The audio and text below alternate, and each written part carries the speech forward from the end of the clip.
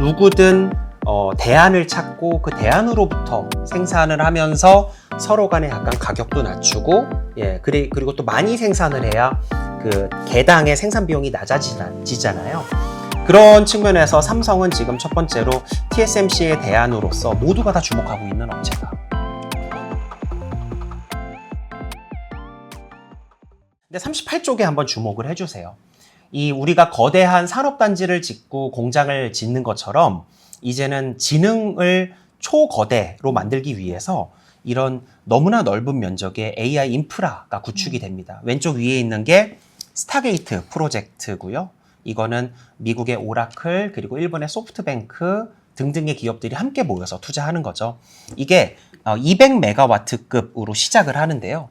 지금까지는 전 세계의 가장 큰 데이터 센터가 250메가와트였는데 이제는 스타팅 포인트가 200메가와트. 그리고 다 짓게 되면 요 하나의 사이트가 1.2기가와트가 돼요. 오른쪽 위에는 오라클 260메가와트급. 왼쪽 하단에는 요새 이제 미국에서 핫한 주식이거든요. 코어위브. 코어위브는 과거부터 엔비디아의 굉장히 충실한 거래선이었고요. 그래픽 카드를 유통 그리고 배급, 보급, 판매하는 업체였다가 지금은 이런 그래픽 카드가 발전이 된 AI 가속기를 이제는 크게 데이터 센터급으로 지어가지고 분양해주거나 렌트해주는 사업을 합니다. 그래서 굉장히 유망한 기업이죠.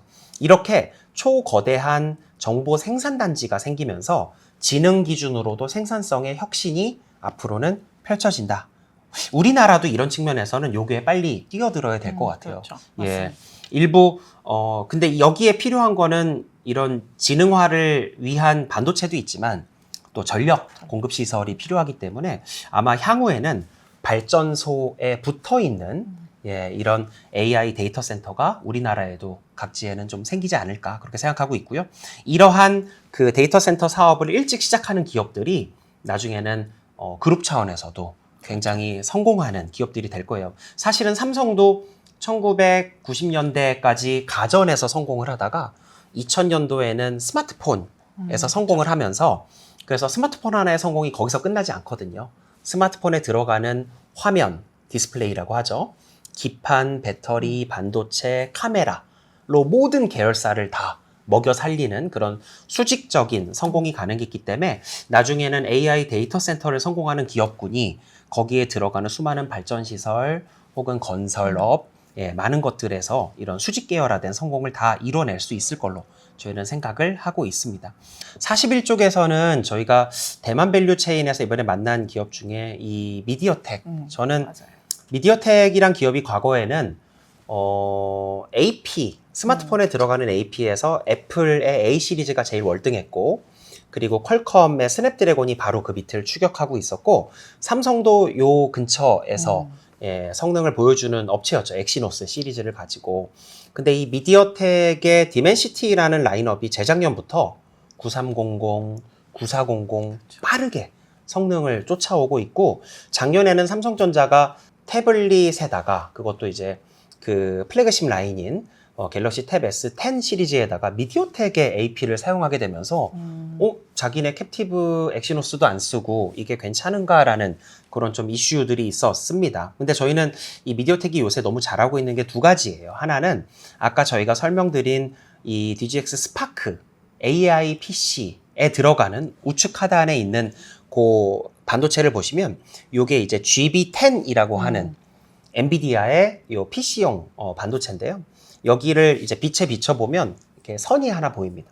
그래서 그 선을 위아래로 나눠가지고 그레이스 영역은 즉 암의 코어를 활용해서 설계를 하는 거는 미디어텍이 했고요. 밑에 블랙웰 부분은 GPU로서 그거는 엔비디아가 직접 설계를 해서 같이 만들었습니다. 근데 이게 그냥 작은 반도체일 뿐이지만 성장 영역이라는 거죠. 그래서 우리도 이렇게 새로 열리고 성장하는 영역의 반도체를 설계, 제작하는 쪽으로 어서 빨리 들어가서 이름값을 올리고 해야 된다라는 게 너무 중요했고요. 또 하나는 우리나라의 주요 수출 품목이 된 HBM도 HBM3E까지는 맨 밑에 깔리는 이 로직 다이라고 하는 쪽을 HBM 업체가 직접 만듭니다.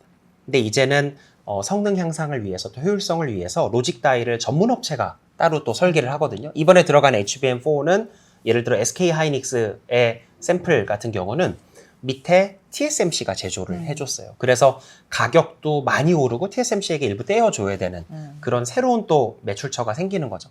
근데 미디어텍이 거기로 들어갑니다. 그래서 로직 다이를 설계를 해서 들어간다라는 게 너무나 중요한 거고, 그러다 보니까 다른 그 빅테크들 중에서 미디어텍이랑 협력을 해서 이런 AI 반도체를 같이 들어가고자 하는 그런 업체들이 계속 생기고 있죠. 그래서 어떻게 보면 이 미디어텍이 기존의 모든 반도체 업체들, TSMC, 삼성과의 경쟁자가 되기도 하면서 미국의 또 좋은 업체인 브로드컴의 경쟁자가 될 정도로 지금은 빠르게 성장하는 업체라서 저희는 좀 부럽기도 했습니다.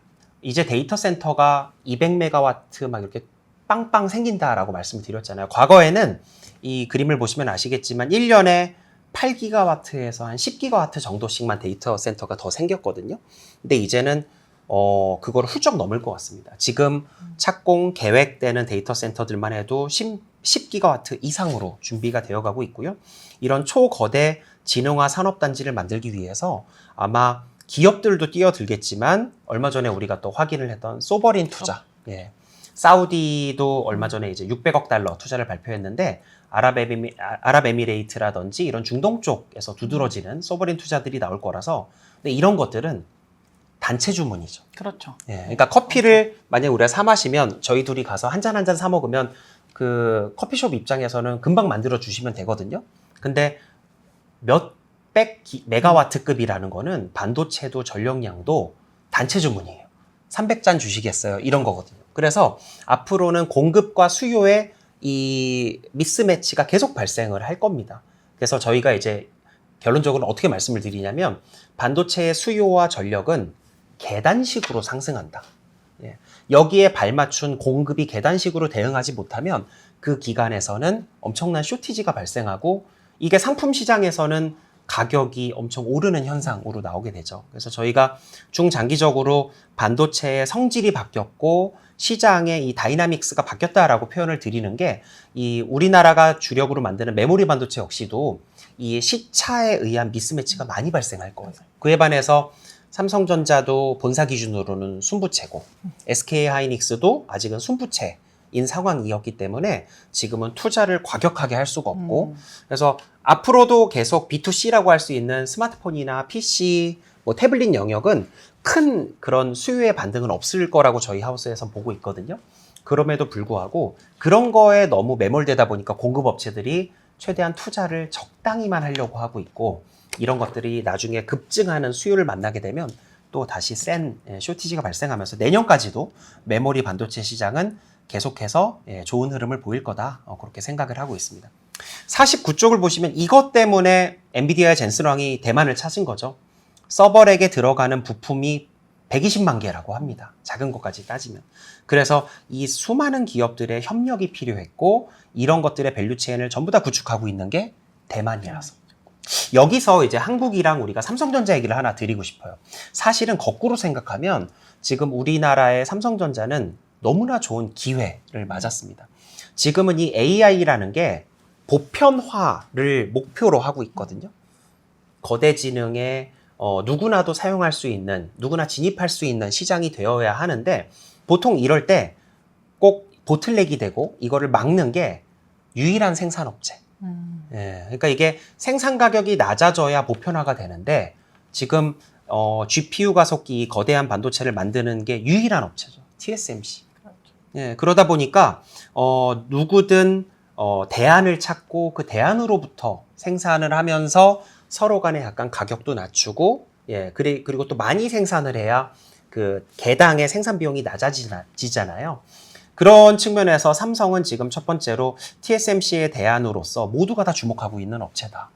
두 번째는 저희 나중에 이제 황숙 수석의 발표를 또 들으시면 이제 에이전트 AI 해가지고 AI의 보편화가 일어날 건데, 이런 AI의 보편화 과정에서 AI의 지능을 전달해주는 매체가 되든 혹은 우리가 여기에 뭔가 그 쿼리, 즉 질문을 넣든 이런 명령을 넣는 그 단말기가 필요하거든요.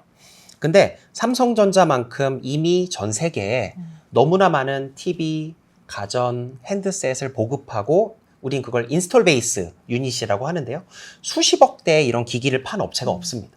그래서 삼성전자의 이런 단말기들이 이런 AI의 에이전트 단말기로서 나중에 명령어를 수행하고 취득하고 전달해주는 기기로서 분명히 효용이 있거든요. 그래서 삼성은 지금 앞단과 끝단에서 사실은 되게 좋은 시기를 맞고 있다. 딱 하나 걸리는 거는 그거죠.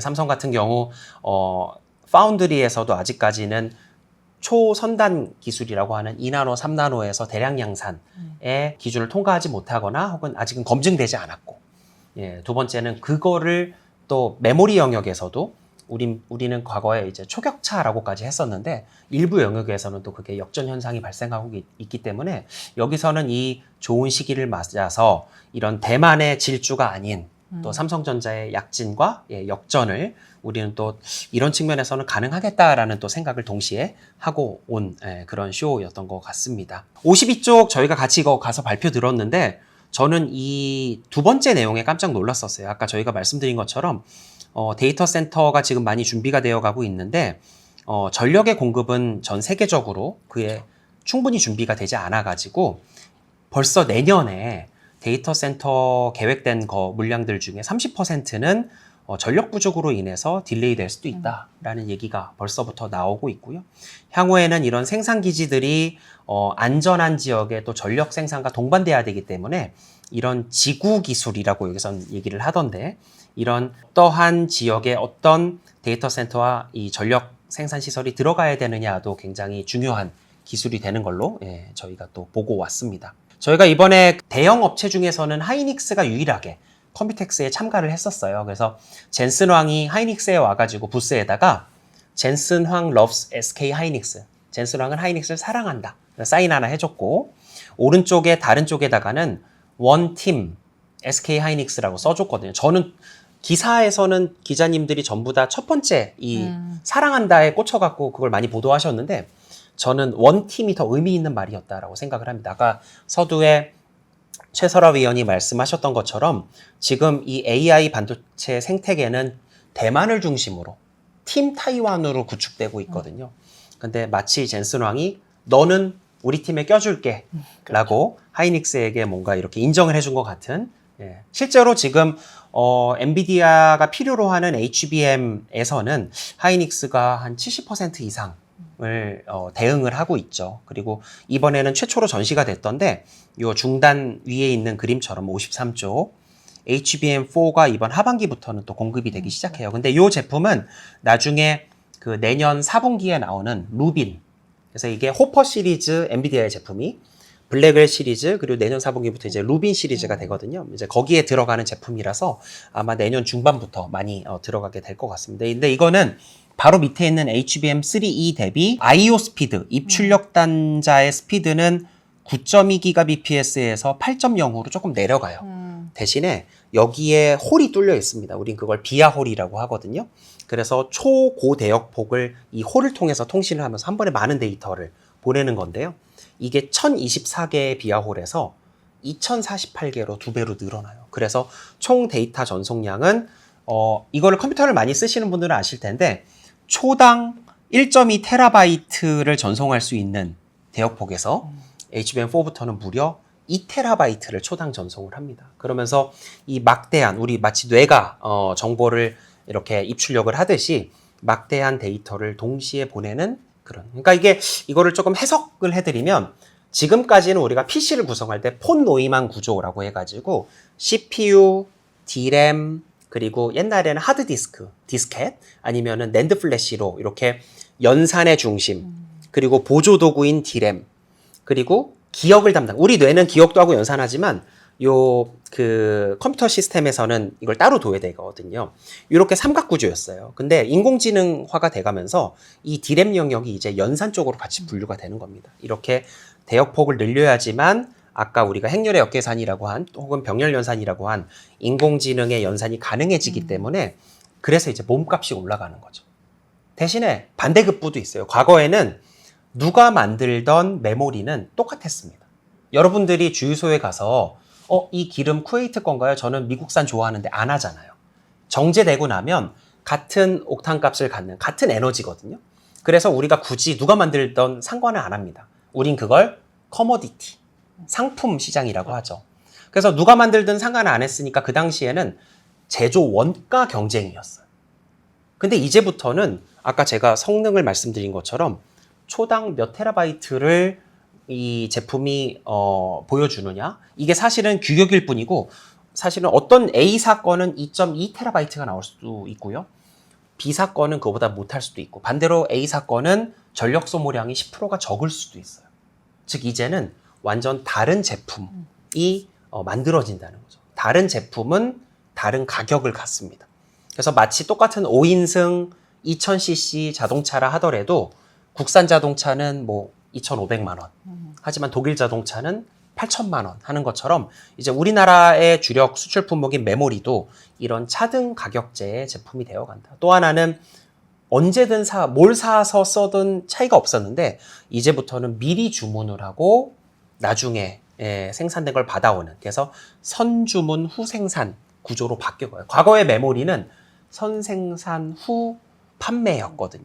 그래서 이거를 잘했던 게 삼성전자였죠. 강력한 리더십과 시장 예측력, 그리고 시장 장악력을 바탕으로 많이 만드니까 싸게 만들고 기술이 한 단계 앞서 있으니까 싸게 만들어서 가끔씩은 치킨 게임을 사용하면서 축출시키는 전략까지 썼던 게 삼성이었는데, 지금부터는 경쟁사와 격차를 벌임과 동시에 또 고객사와의 파트너십을 잘 형성해서 먼저 주문받고 좋은 제품을 만들어서 타사보다 비싸게 파는 게 중요해졌기 때문에 우리나라의 이제 반도체 업체들도 이런 그 마인드셋을 바탕으로 경쟁에 임해야 되는 시점이 됐다. 우리가 그래도 연산에 가까운 메모리를 만들면서 더 높은 값어치를 이제 그 낼 수 있다라는 거는 우리나라 수출의 20% 이상까지도 차지하는 반도체에는 굉장히 좋은 소식이다.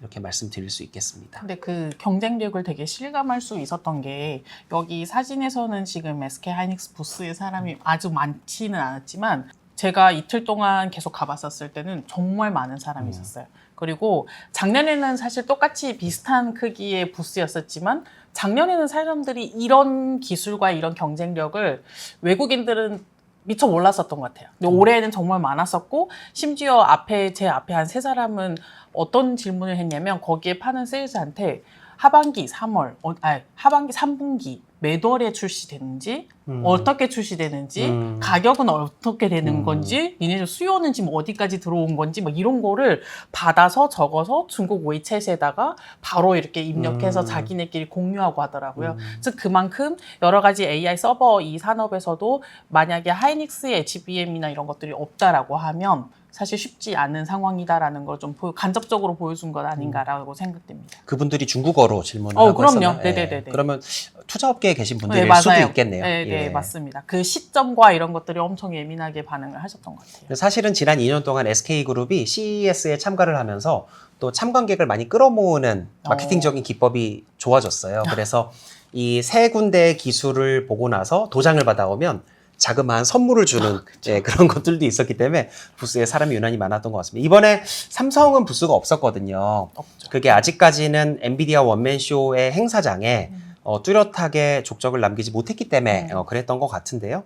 그래도 이제부터 준비가 돼가지고 아마 내년 후년 정도에는 좀 그런 노출도가 올라가지 않을까 그렇게 생각을 했습니다. 55쪽에서 우리가 거대한 것들 많이 봤었죠. 이렇게 순행식, 공냉식으로 열을 빨리 빼는 기술, 그리고 좌측 상단에 있는 게 요걸 이제 우리는 이머전 쿨링이라고 하거든요. 그래서 액침 냉각, 아예 액체류에 담가서, 근데 이거는 물은 아니고 오일류거든요. 그래서 가열성이 높지 않은 오일에다 담궈가지고 열을 빼는 기술까지도 갈 거라 이런 쪽이 나중에는 큰 시장이 될 건데, 우리나라에서는 아직까지는 그렇게 눈에 띄는 기업들은 많이 못 보고 대만에 많이 준비가 되어 있었던 것 같습니다. 57쪽에서 보시는 것처럼 역시나 아까 말씀드린 대로 엔비디아 젠슨황의 사인회와 같이 모두 다 사인을 받고 싶어 했고, 이 AI에 있어서. 근데 이걸 아까 제가 설명드린 것처럼 반대로 쫓길 거예요. 이 기술이 보편화가 될까봐.